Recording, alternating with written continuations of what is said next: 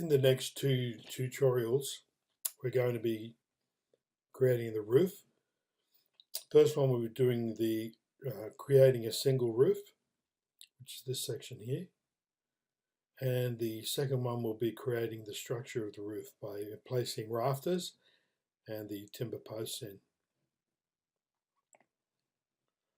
Now I've got our chalet. Let's go in and we're going to draw this roof on the gallery level. So double click gallery.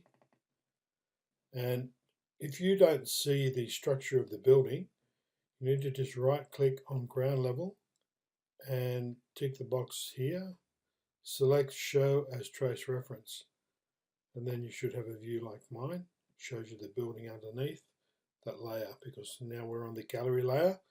So first thing, make sure gallery number 1 is selected. We're drawing on that layer. Now we're going to create the roof settings. First we need to put some guidelines in. So let's bring some guidelines in.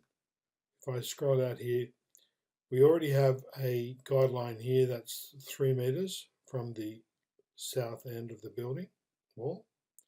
We're going to place a guideline in the top here. So it's best to just snap them to the building.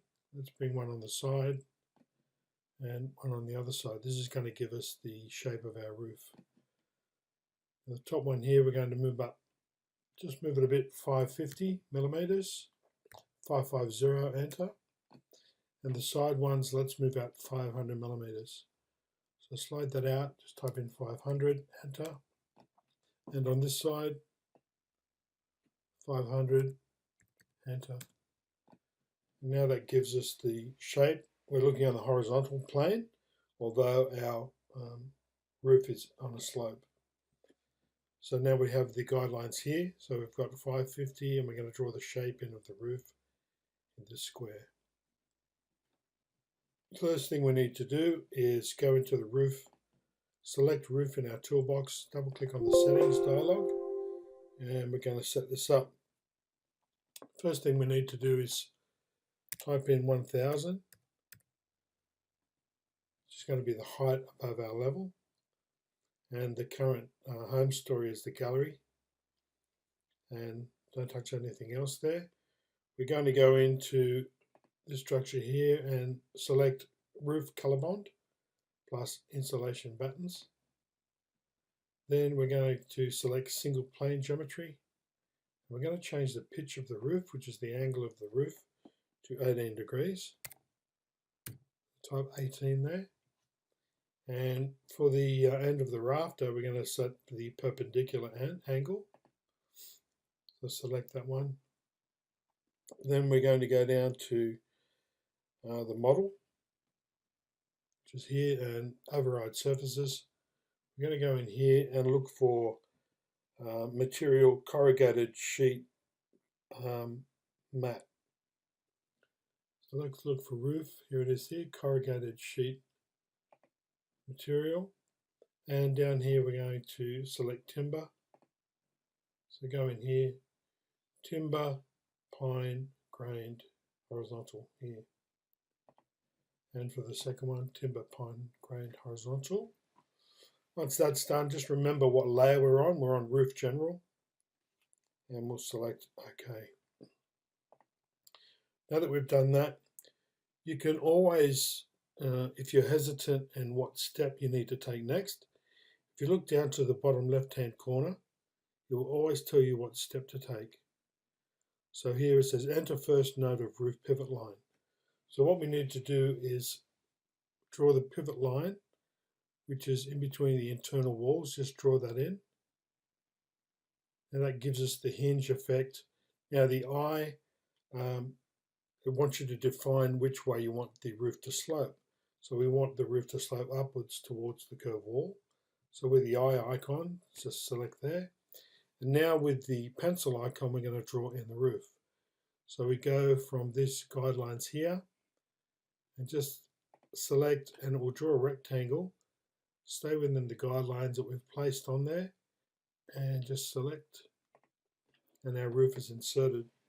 Now when we go to the 3D view, we'll see that our roof is well and truly where we wanted it to be, and we need to trim the wall.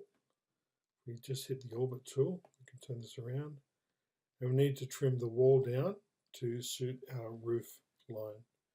How we do that is to get out of the roof selection by selecting the arrow cursor.